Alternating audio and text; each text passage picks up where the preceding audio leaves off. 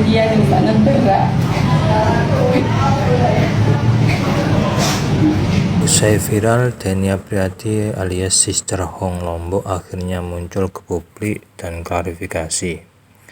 Sosok viral Sister Hong Lombok alias Tia Lipa atau Denny akhirnya muncul ke publik pada hari Sabtu bulan November 2025. Ia memberikan klarifikasi terkait berbagai informasi yang membuat dirinya viral belakangan ini.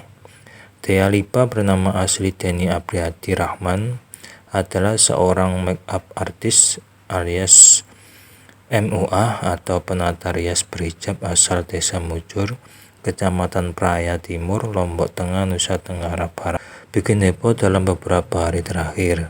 Sebelumnya, sosok Tia Lipa viral di media sosial bukan karena keahlian merias wajah kliennya, tapi karena penampilannya yang feminim bak perempuan. Warganet pun menjulukinya Sister Hong versi Lombok. Setelah mengetahui bahwa sosok tersebut ternyata seorang laki-laki, ditambing keluarga dan solidaritas kemanusiaan, Denny membuat pengakuan yang mengejutkan. Sambil menangis, Denny menceritakan masa kecilnya hingga sekarang berprofesi sebagai penata rias pengantin. Denny Apriyati Rahman juga menegaskan banyak narasi yang beredar tentang dirinya tidak memiliki dasar, sehingga ia merasa dituduh atas hal-hal yang tidak pernah ia lakukan. Pria berusia 23 tahun itu juga membantah isu bahwa dirinya disebut penista agama, di mana ia dituding berada di saf perempuan dan mengenakan mukena saat beribadah di masjid. Nama saya Denny Apriyati Rahman. Saya berusia 23 tahun. Berasal dari Desa Mujur, Kecamatan Praia Timur, Kabupaten Lombok Tengah. Sejak kecil saya hidup sebagai seorang penyintas disabilitas dengan keterbatasan pendengaran yang semakin memburuk setelah saya mengalami kecelakaan ketika berusia sekitar 10 tahun lalu. Saya beragama Islam. Sejak kecil saya tinggal bersama nenek dari pihak ibu. Karena kedua orang tua saya bekerja sebagai tenaga imigran.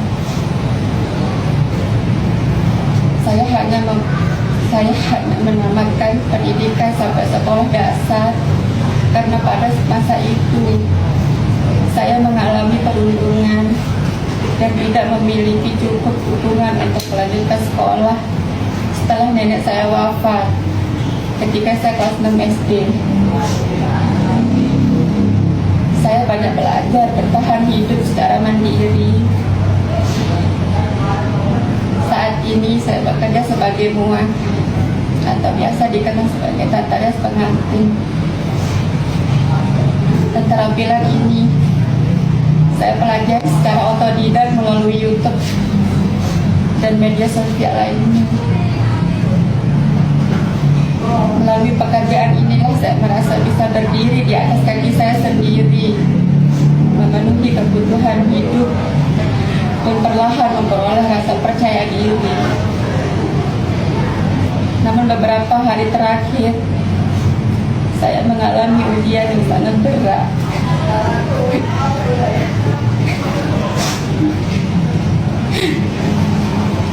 Sebuah akun media sosial memposting foto saya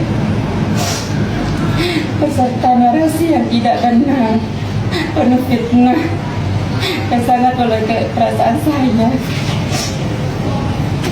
keluarga saya, serta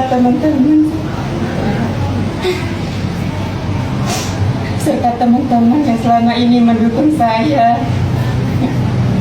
Postingan tersebut tersebar luas di Facebook, Instagram, dan TikTok.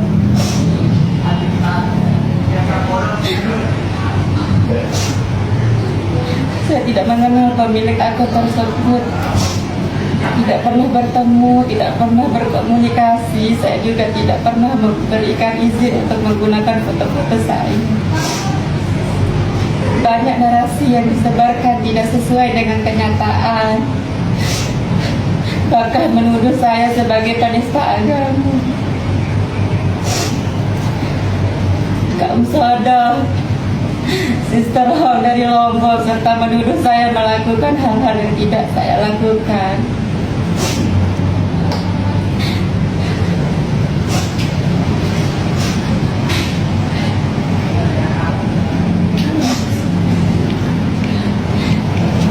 Dengan tegas saya menyampaikan tuduhan bahwa saya memakai mukena, masuk ke masjid dan beribadah di desa perempuan adalah tidak benar. Saya menghormati rumah ibadah, menghormati tata cara ibadah, dan memahami adab-adab dalam agama. Tentang pilihan pakaian, saya selama ini saya menyadari bahwa saya memang pernah menggunakan jilbab. Bagi saya jilbab adalah simbol kecantikan, kelembutan, dan kehormatan seorang perempuan muslimah yang selalu saya kagumi sejak bertahun-tahun lalu. Saya sama sekali tidak berniat menjadikan busana itu sebagai alat untuk menipu atau melecehkan siapapun.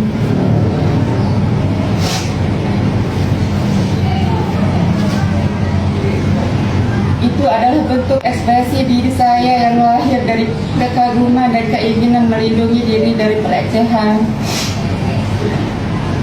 Terkait tuduhan bahwa saya pernah bertunangan, memiliki hubungan dengan laki-laki atau melakukan hal-hal di luar batas, semuanya tidak benar. Bahkan tuduhan bahwa saya menghidap penyakit HIV pun merupakan fitnah. Saya baru menjalani tes HIV itu,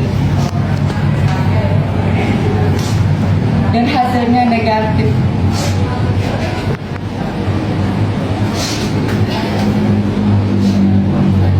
Sejak postingan itu viral, saya mengalami tekanan yang sangat berat.